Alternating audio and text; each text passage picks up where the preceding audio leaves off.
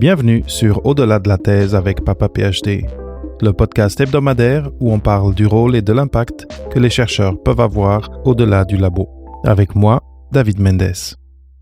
Aujourd'hui, j'ai le grand plaisir d'avoir avec moi Manon Fantino-Lalonde. Après avoir terminé un premier diplôme en diététique en France, Manon a poursuivi ses études à la faculté de médecine de l'Université de Montréal en obtenant un baccalauréat, puis une maîtrise en nutrition. Elle est nutritionniste et membre de l'Ordre professionnel des diététistes du Québec depuis 2019.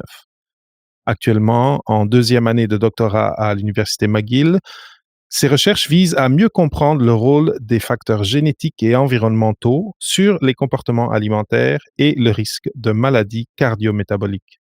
Manon a eu l'occasion de présenter une partie de ses recherches lors de la finale de ma thèse en 180 secondes de McGill, où elle a remporté le premier prix dans la catégorie francophone. Félicitations et bienvenue sur Au-delà de la thèse, Manon. Merci beaucoup.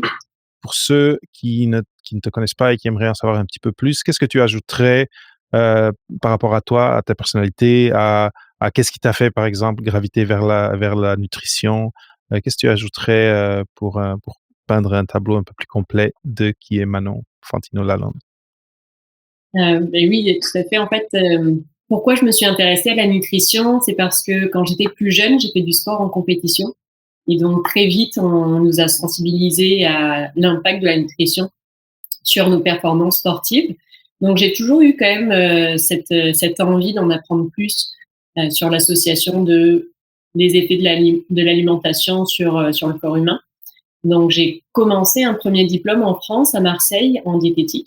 Puis par la suite, petit à petit, je me suis dirigée vers la recherche en faisant un stage à l'INSERM à Paris. Et c'est vraiment une fois que je suis arrivée dans ce stage-là que j'ai compris que il me fallait peut-être aller ailleurs pour développer un petit peu plus ce cursus-là en recherche. Donc, c'est pour ça que j'ai choisi le Canada. C'était un autre continent totalement nouveau. J'étais vraiment super excitée à l'idée de commencer une expérience comme ça. Donc, c'est pour ça que j'ai commencé mon bac en nutrition à l'Université de Montréal. Et par la suite, j'ai enchaîné avec une maîtrise et là, je suis au doctorat. Donc, tout ça, ça s'est vraiment fait petit à petit. Ça s'est construit au fur et à mesure et vraiment, c'était une très, très belle expérience. Et de venir ici, les opportunités sont immenses et vraiment bonnes pour la recherche en nutrition.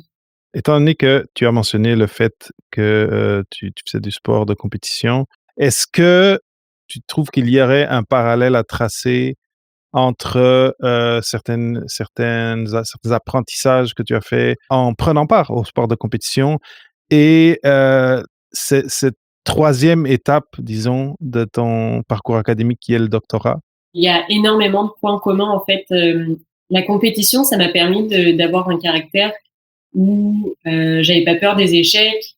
J'étais vraiment là à vouloir surmonter toutes les épreuves et surtout ça demande beaucoup de détermination. Et c'est ce que je retrouve un petit peu dans ce parcours de doctorat.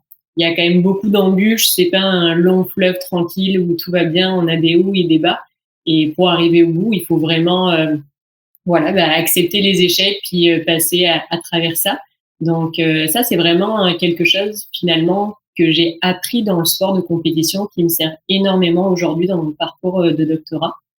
Et le fait d'être compétitrice, c'est sûr que ça m'aide aussi dans mes études de doctorat parce que mine de rien, c'est un parcours qui est très compétitif au niveau des bourses, au niveau des stages, au niveau des projets qu'on entreprend. Donc non, c'est quelque chose qui finalement euh, a construit ma personnalité et m'aide actuellement dans mon parcours de doctorat. Donc, il y a énormément finalement de similarités entre ces deux parcours. Mmh.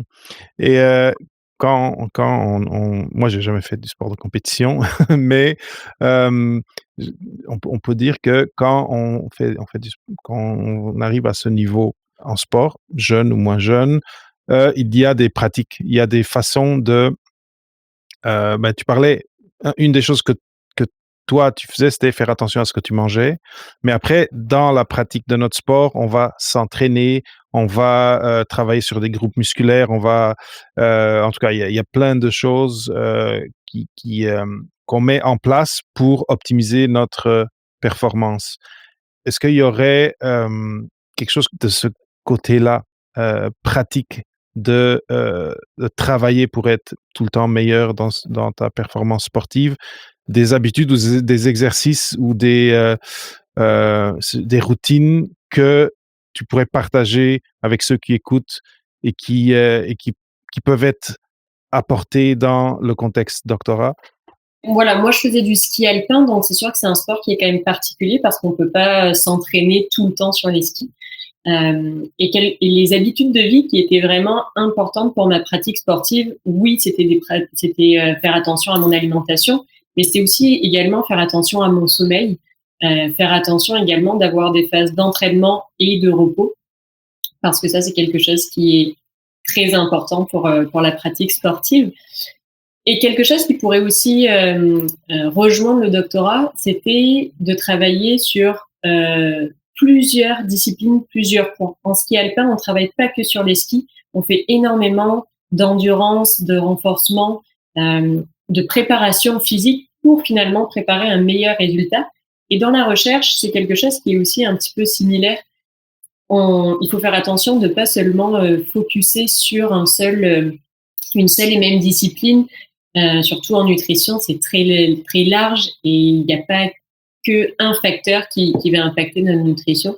Donc, je me suis rendu compte, en effet, d'aller chercher, travailler un petit peu plus sur différents domaines également. Ben, ça m'avait vraiment apporté des compétences et des connaissances qui m'aident à avancer beaucoup plus dans mon projet de doctorat. Sans le vouloir, tu me tends une belle perche parce que, bien sûr, le titre de cette entrevue, c'est «Vulgarisation de la recherche à l'entrepreneuriat» et j'ai déjà mentionné qu'on s'est croisés, à cette finale de ma thèse en 180 secondes. Est-ce que tu dirais que, la vulgarisation, la communication scientifique dans le cadre de ton doctorat, ce serait cette discipline un peu à côté, mais qui t'aide, et qui contribue à ton avancement comme jeune chercheuse?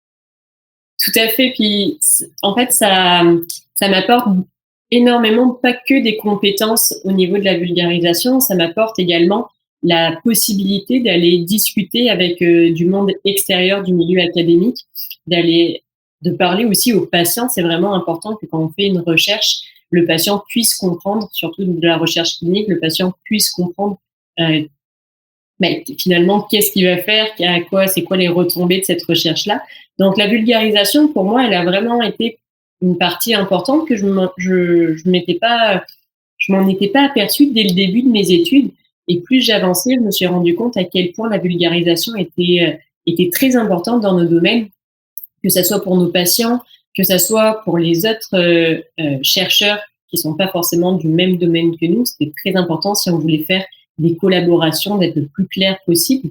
Et oui, cette vulgarisation, donc, c'était un petit peu un domaine finalement à part qui a été très aidant pour beaucoup de facettes de mon projet de doctorat et même de mes capacités à discuter avec d'autres personnes du monde académique. Et comment est-ce que la vulgarisation, la communication scientifique, comment est-ce qu'elles sont apparues sur ton horizon? Est-ce qu'il y a eu une formation qui a été donnée? Est-ce que c'est quelqu'un qui t'a vu, qui t'a inspiré? Où est-ce que tu as eu ce déclic de OK, ça va être important pour moi? Alors, je dirais vraiment, ça s'est fait un petit peu par hasard, et c'est peut-être le point justement que je soulignerais dans les études du doctorat. Il n'y a pas forcément de cours où on va être obligatoirement exposé à ça, mais un petit peu par hasard avec les publications de McGill qui nous mentionnaient voilà ce concours de ma thèse en 180 secondes, ça m'a donné envie de m'inscrire. J'ai trouvé l'idée intéressante et plus je me suis investie dans ça, plus j'ai rencontré du monde dans ce domaine-là. Euh, le, le professeur Andrew Churchill, qui est vraiment un professeur mais ultra inspirant. Et finalement, de fil en aiguille, c'est comme ça que je me suis rendu compte à quel point la vulgarisation était importante, à quel point elle était au cœur de beaucoup de choses. Et c'est vraiment en fait parti par hasard. Et ça a fait un petit peu l'effet boule de neige où je me suis rendu compte à quel point voilà il fallait que je m'y mette. Et j'ai eu l'opportunité de rencontrer beaucoup de monde dans ce domaine-là. Et ça, ça a été une super expérience pour moi. Oui, Andrew Churchill qui a été invité déjà à ce balado. D'ailleurs, je le connais personnellement Et d'ailleurs, c'est lui qui m'a invité à aller assister à la finale. Quelqu'un qui est vraiment inspirant, comme tu dis, et qui, sa mission, la mission de sa vie, c'est aider les chercheurs, jeunes et moins jeunes, à bien communiquer leurs recherches. En tout cas, je suis content que tu le mentionnes. Mais tu viens de dire que suite en tout cas, à découvrir ce pan que tu connaissais pas, à te dire à te laisser inspirer et te dire, OK, je vais investir là-dedans. Tu as participé au concours cette année et tu as dit que ça t'a permis de connaître des gens. J'imagine la cohorte de d'autres candidats, mais je me demande, est-ce que il y a eu d'autres retentissements, peut-être un peu plus larges que juste les gens qui étaient avec toi dans la compétition? Alors oui, des échos directs, j'en ai eu, on va dire, déjà avec ce podcast. C'est sûr que c'est la première fois, c'est une opportunité quand même qui est intéressante de parler de mon parcours, donc oui, ça en fait partie. Après des retours plus directs, j'en ai eu beaucoup, sur l'écho que ma recherche faisait aux gens. Heu, Manger, c'est quelque chose que tout le monde doit faire. Puis d'être exposé aux réseaux sociaux, c'est malheureusement tout le monde est exposé à ça. Donc c'est vrai que de parler de ma recherche, de la divulguer comme ça à un aussi grand public, j'ai eu beaucoup de retours par rapport à ça en me disant tiens oui, j'ai aussi vécu ça, ou c'est vrai que d'être sur les réseaux sociaux, ça me donne telle ou telle envie. Donc ça m'a vraiment permis d'avoir un petit peu plus de retours sur comment les gens vraiment voient ma recherche. Pas forcément des futures collaborations, ça j'en ai pas encore eu. Euh, Ça pourrait en faire partie, puis ça serait une très très bonne chose justement. Mais pour l'instant, j'ai plus eu de retour par rapport aux personnes, comment ils voyaient, comment ils se sentaient par rapport à mon projet de recherche. Et ça a été aussi quelque chose d'intéressant parce qu'on ne se rend pas compte en tant que chercheur réellement comment on peut venir toucher à ce point-là la population. Donc oui, ça a été vraiment très intéressant d'avoir ce retour-là. Surtout que quand on est au doctorat, on est quand même dans un exercice très solitaire, très en solo. Bien sûr qu'il y a des gens autour de nous, il y a une équipe à un certain point de vue. Mais là, ce que je ressens, c'est que pour une première fois, tu as commencé à mettre tes doigts sur le pouls de c'est quoi l'effet de ce que tu fais sur les gens. Et c'est facile de passer à travers un doctorat et de l'avoir jamais, ce retour-là. Donc moi, je trouve que c'est précieux. Je trouve que clairement, si ça, c'est un des résultats de participer à une compétition comme ça et de vulgariser, mais c'est déjà, ça a une valeur inestimable déjà pour la personne. Ah oui, il y a énormément de choses à en retirer de cette expérience-là. Comme tu dis, je suis tout à fait d'accord avec toi le doctorat est quelque chose de très solitaire. On peut passer nos 4, 5 années de doctorat sans jamais vraiment avoir finalement ce retour que j'ai eu grâce à cette expérience.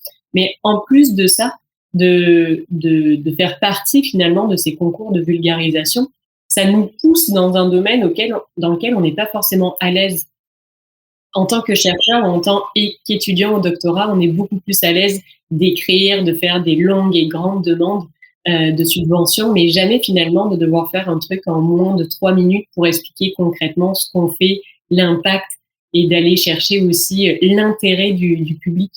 Et ça, j'ai trouvé que ça a été tellement formateur en tant que chercheur, parce que quand on va devoir présenter nos résultats de recherche, quand on va devoir faire des présentations lors de congrès, mais finalement, toutes ces compétences que j'ai réussi à avoir pendant cette formation-là de vulgarisation, je pense qu'elles vont énormément m'aider. Donc non, je recommande vraiment finalement à tout le monde de faire cette expérience-là parce qu'on en tire énormément de bénéfices. Tu viens de mentionner que c'était une sortie de ta zone de confort et je le comprends, ça le serait pour moi aussi.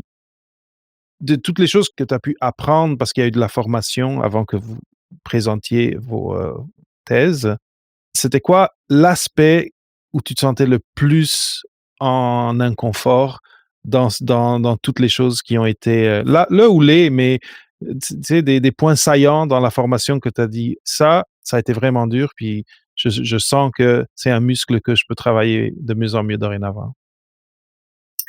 Je dirais d'avoir une vue d'ensemble sur ce qu'on fait. c'est facile quand on a beaucoup de temps de pouvoir se reprendre, puis expliquer de manière un petit peu plus détaillée pour montrer l'impact de ce qu'on fait. Mais en 3 minutes, c'est extrêmement court. Et cet exercice, ça m'a permis vraiment de me dire: «OK, mais à quoi ça sert finalement ce que je fais?» Ce que j'en ai le plus retiré, ça a été la question qu'ils nous ont forcé à nous poser lors des entraînements, ça a été tout le temps de se dire: «Et alors?» Et alors à chaque phrase qu'on faisait.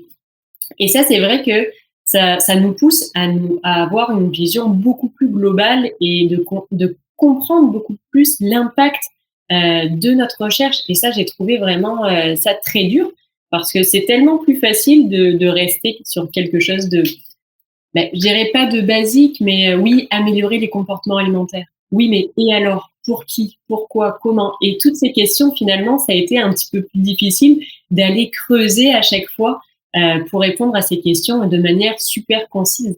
Donc ça a été difficile. Sur ça, je me suis pas forcément sentie à l'aise parce que généralement, quand je parle de ma recherche, ben, je suis quelqu'un de bavard, donc c'est sûr, je vais parler et je vais pouvoir tout expliquer, mais en 5, 10, 15 minutes. Alors que là, en 3 minutes, ça a été beaucoup plus difficile de faire cet exercice-là. Et oui, ça, j'ai trouvé ça vraiment, ça m'a poussée un petit peu en dehors de ma zone de confort, mais ça m'a énormément apporté, je pense, en termes de compétences, justement, de vulgarisation. C'est ça, c'est confrontant parce que d'avoir quelqu'un qui te demande: «Et alors? Et alors?» Là, Oui. tu dois vraiment aller profond dans le pourquoi de ce projet-là et dans pourquoi c'est important pour quelqu'un qui va être dans une audience qui est probablement pas dans ton domaine. Ça m'a donné une émotion parce que quand tu portes ton doctorat, c'est comme c'est ton projet, c'est ton bébé et quand quelqu'un dit: «Et alors?» Ça c'est émotionnellement, c'est comme, ben et alors, c'est mon c'est le centre de ma vie, c'est mon projet. Mais, mais la vérité, c'est que je sais que ces gens-là sont tous bienveillants et ils posent ces questions juste pour vous faire remonter la qualité de ce que vous,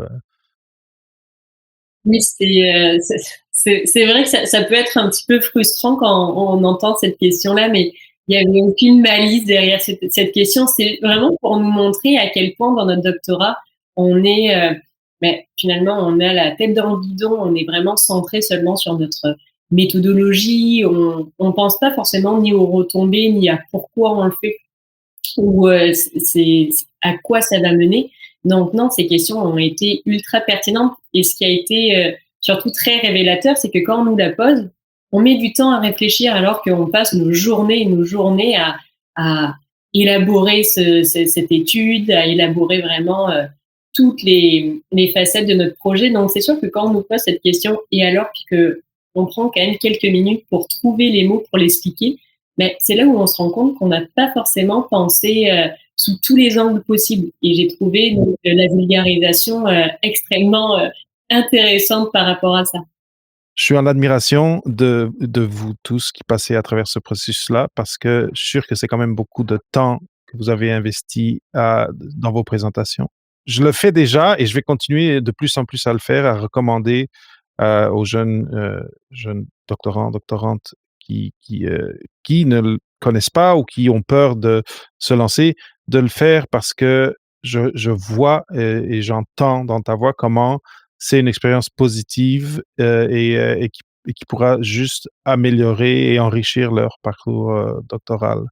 Je suis vraiment d'accord avec toi. Puis même si ça peut être intimidant et même si on peut se dire oh non, je suis pas à l'aise avec ça, j'ai pas envie de ça, c'est très formateur. Donc c'est vraiment, ça vaut la peine de se pousser un petit peu, d'aller au-delà de notre zone de confort pour le faire, même si on fait que l'entraînement et qu'on va pas non plus au final ou autre. Finalement, le résultat, c'est pas ce qui compte, c'est vraiment tout ce processus qui est extrêmement formateur. Donc, non, non, je suis totalement d'accord avec toi de le recommander à tous les étudiants, même les étudiants de maîtrise. Ça vaut la peine de se lancer dans la vulgarisation le plus tôt possible.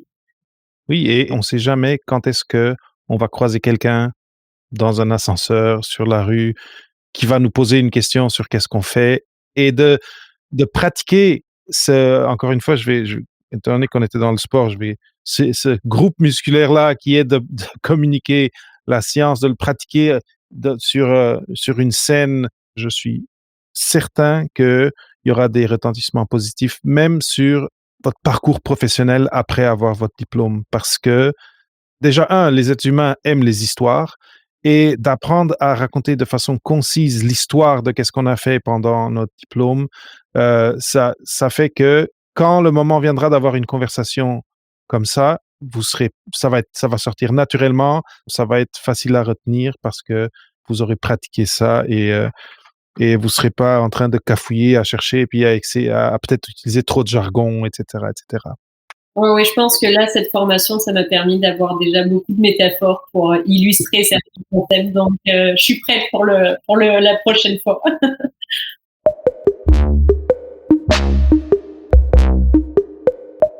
Maintenant, tu parlais de l'importance de faire des repos. Ça, j'ai trouvé ça super intéressant. Donc, le sommeil et les périodes de repos.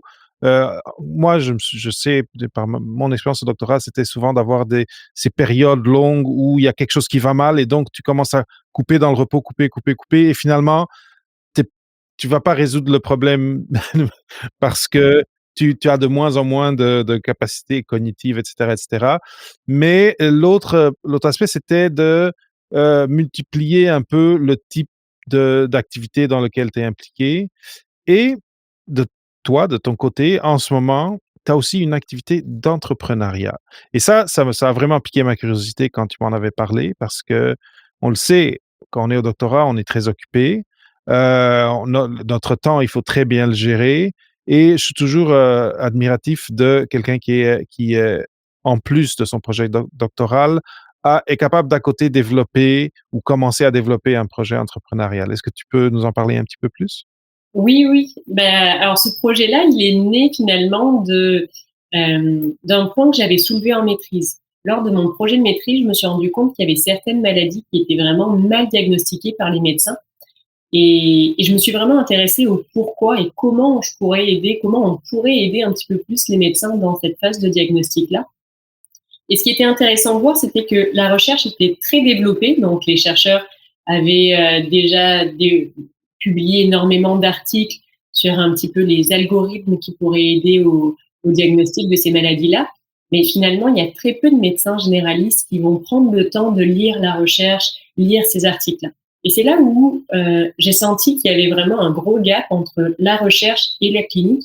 Et je me suis demandé comment je pourrais donner finalement toutes ces connaissances, faire ces connaissances beaucoup plus accessibles facilement aux médecins pour qu'ils puissent l'utiliser réellement dans les diagnostics. Et c'est pour ça que j'ai eu l'idée de développer une application donc d'aide au diagnostic, mais vraiment spécialisée pour ce type de maladie. On appelle ça donc c'est des dyslipidémies. C'est dans ce domaine-là que j'ai fait ma maîtrise. Et elles sont vraiment beaucoup plus fréquentes ici au Québec, donc c'est vrai qu'il y avait un besoin encore plus important ici.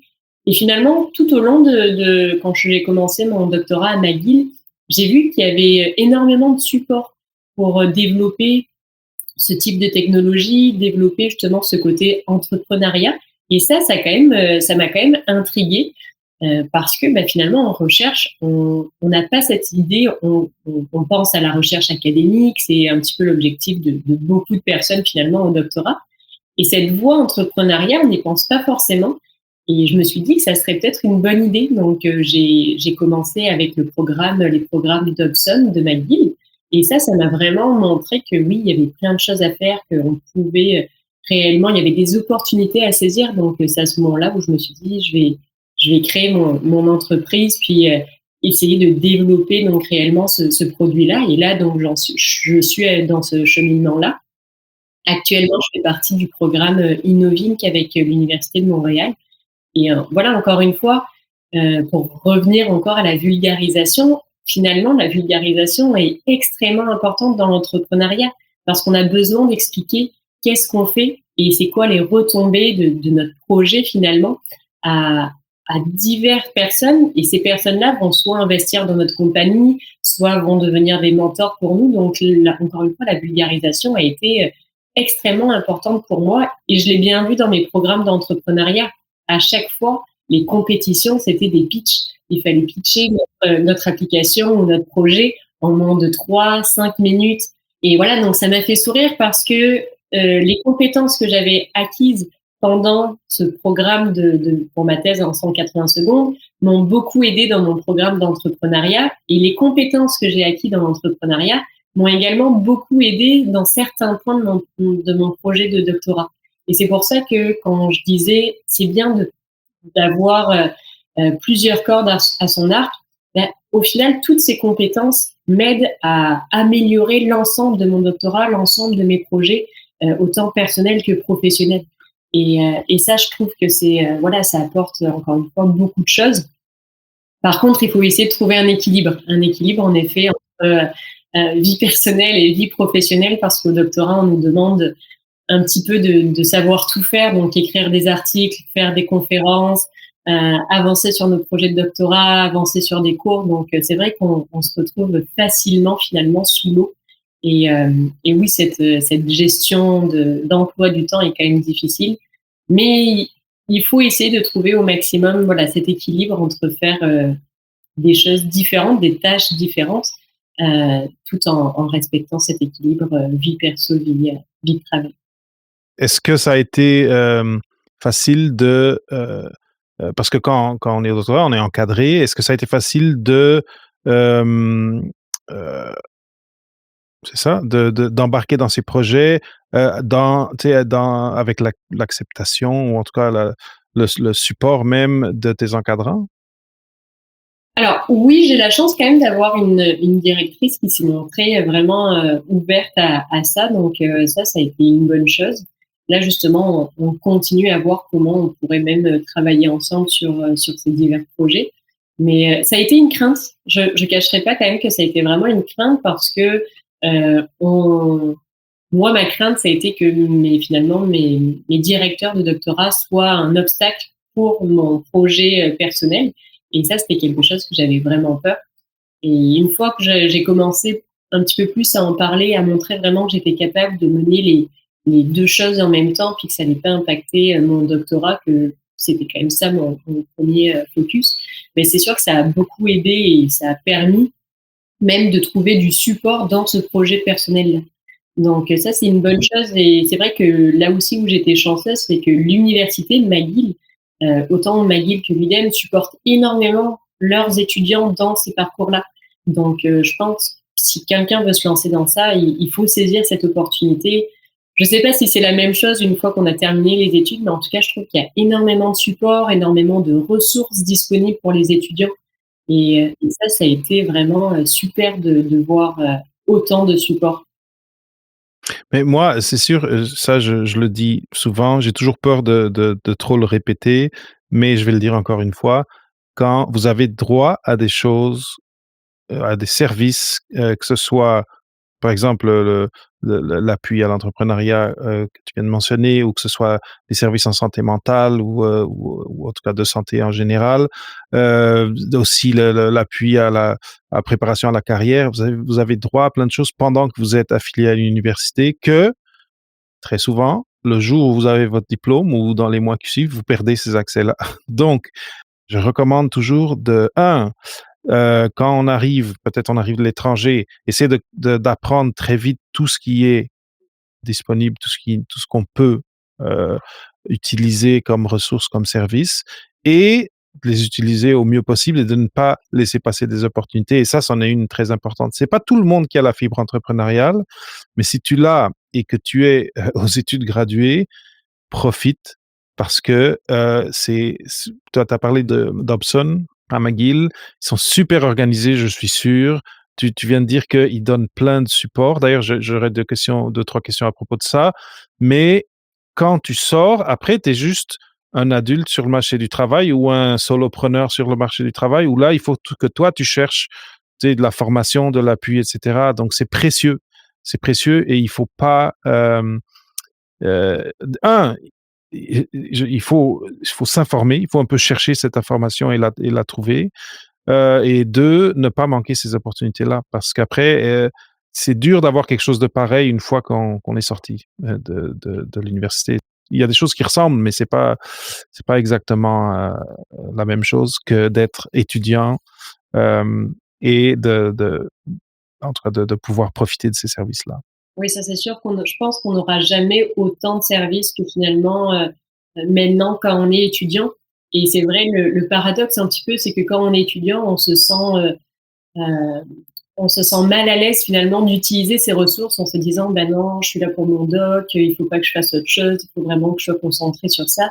Mais finalement, un doctorat, ça nous prépare à cette vie d'adulte, à cette vie de je dis d'adulte, mais à cette vie finalement de travail et Professionnel, ouais. voilà, professionnelle et l'entrepreneuriat ou toutes les opportunités que l'université nous offre font partie de notre parcours.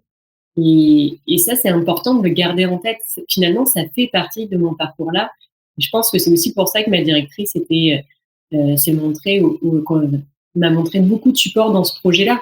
C'est parce que ça peut être potentiellement une voie, une carrière par la suite après mon doctorat. Donc, il ne faut pas se fermer des portes et il faut vraiment s'autoriser à utiliser toutes les opportunités qu'on a lors de notre parcours. Et ça, oui, je suis d'accord avec toi. Il y a énormément de ressources que McGill propose. Il y a même des conseillères ou des conseillers qu'on peut voir à McGill pour nous orienter. Et je pense qu'il est jamais trop tôt de le faire.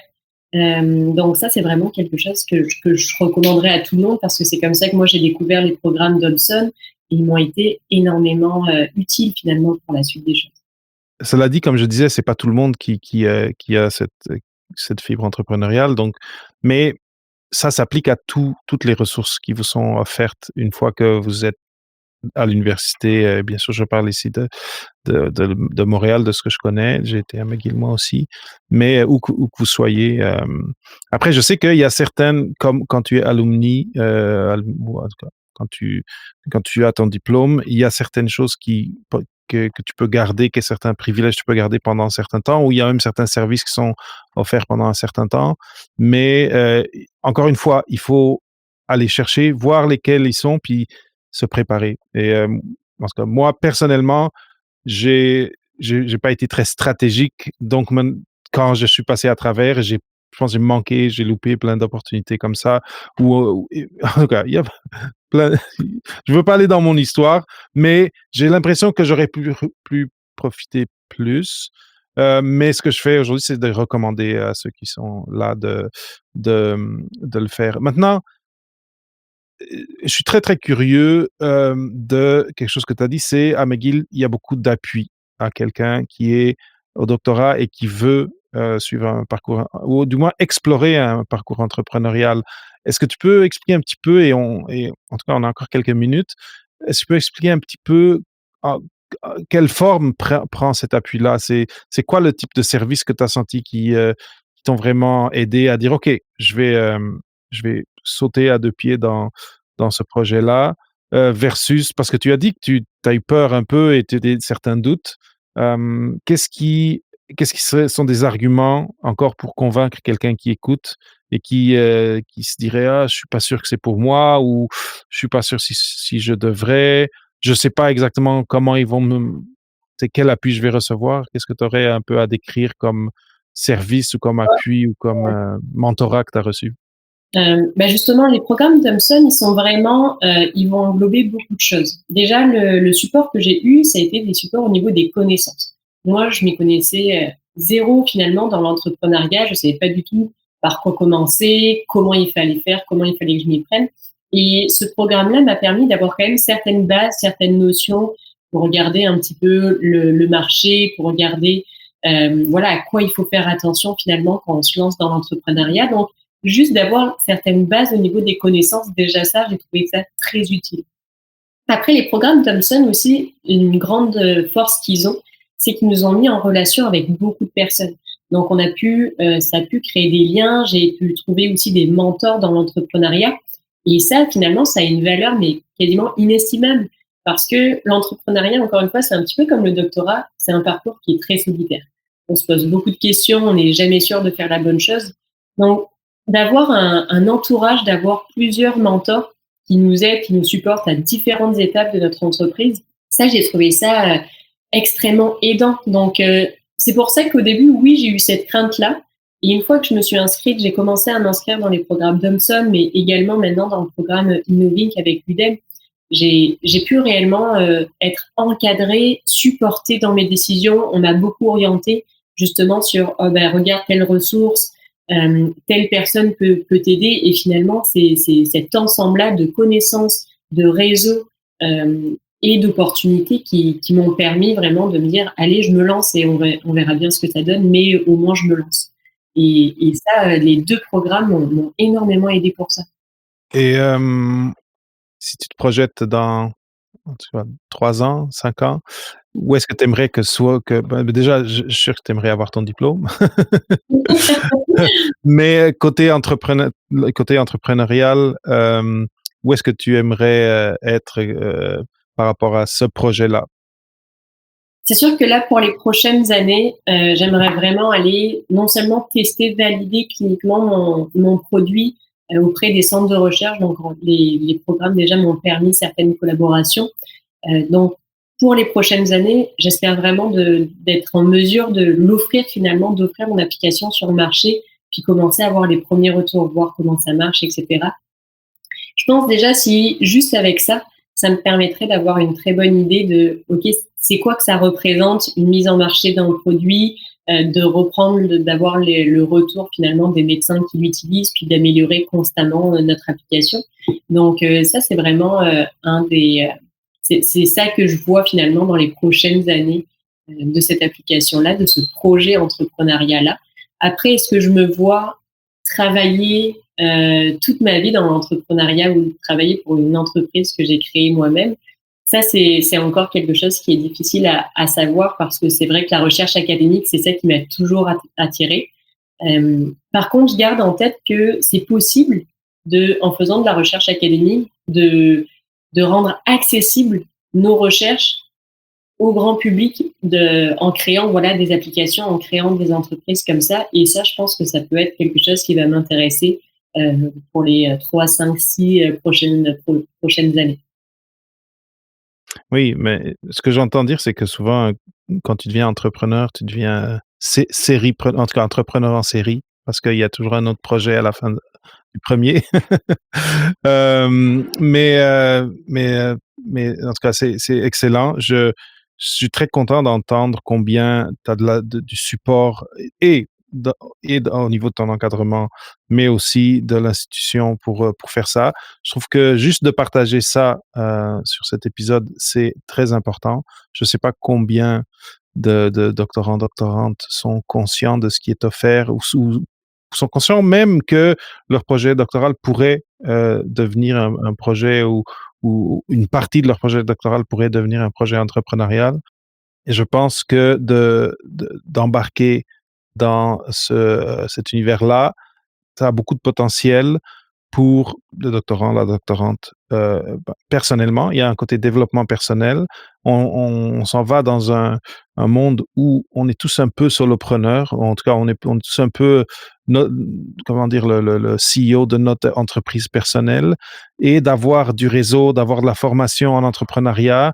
Encore une fois, je pense que c'est quelque chose qui va vous donner, qui va ajouter des cordes à votre arc et qui vont être extrêmement utiles dans le marché de l'emploi actuel ou dans toutes les formes qu'il peut prendre.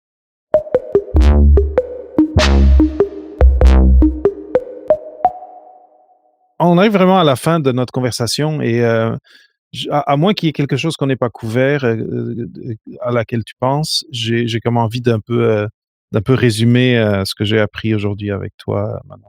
Je vais essayer de rembobiner à partir de où on était et de partir du point que tu viens de mentionner il y a quelques minutes, qui lie tout ce dont on voulait parler, qui est le fait que ta formation et ton investissement de un peu de temps et un peu d'énergie dans apprendre c'est quoi la vulgarisation et apprendre à vulgariser ta recherche, eh bien, sans l'avoir planifié, ça a eu des retombées positives dans un de tes projets collatéraux qui est ce projet entrepreneurial-là.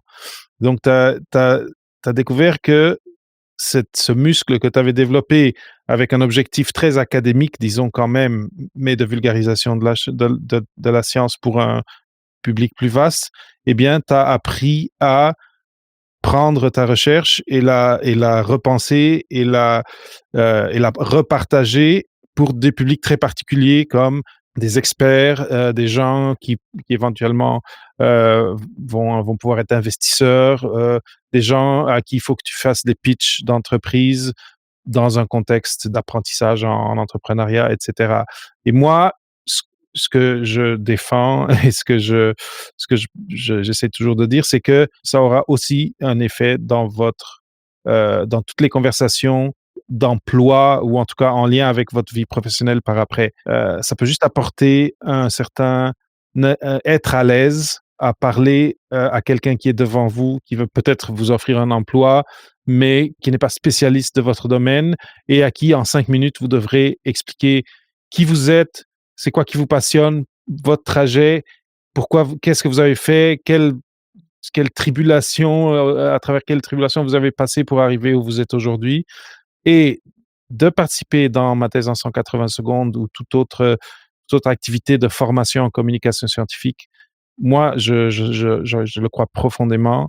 Et j'espère, et je pense que tu vas le découvrir au long de ta vie, que ça va te donner une espèce de mini super pouvoir dans plein d'autres contextes que spécifiquement présenter ta recherche ou même parler des projets d'entreprise.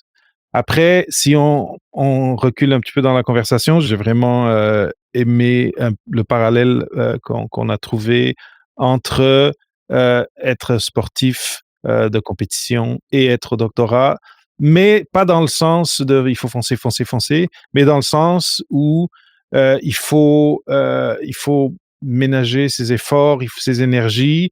Il faut être conscient que pour avoir de l'effort, il faut qu'il y ait du repos. Je trouvais ça intéressant que tu as mentionné le sommeil comme quelque chose à laquelle il faut faire attention et il faut pas ignorer. Parce que c'est quelque chose qui est aussi, quand on est au doctorat et surtout quand les choses vont mal et il y a beaucoup de stress, on peut aussi se dire: «Ah, j'ai pas besoin de dormir tant que ça». C'est pas vrai. Généralement sur ça, ouais, en effet.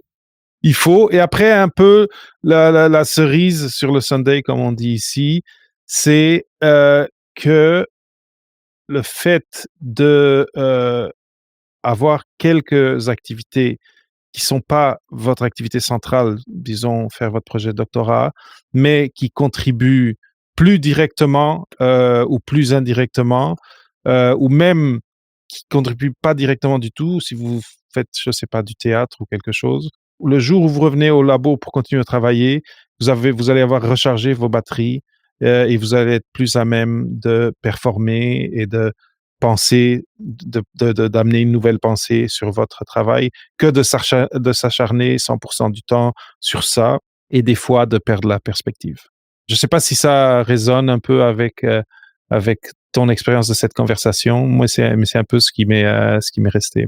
Oui, bah, peut-être, voilà, juste le dernier point, c'est, profiter des opportunités qu'on a. Au doctorat, on se sent mal de vouloir, profiter des opportunités qui nous sont offertes, alors qu'il faut surtout pas se sentir mal.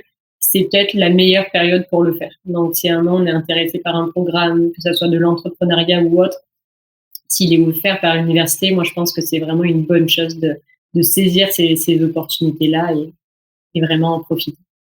Manon, si quelqu'un est curieux de ce processus, de par exemple le côté entrepreneuriat, comment est-ce qu'ils peuvent te rejoindre? Est-ce que ce serait sur LinkedIn? Ou est-ce qu'il y a une autre façon de te rejoindre de meilleure?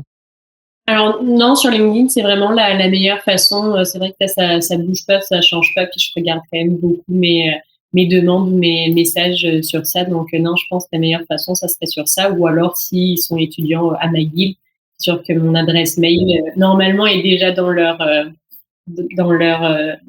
mail. Donc, on peut me contacter autant par mail que par LinkedIn. Super. Ben Manon, mais c'était vraiment une belle conversation.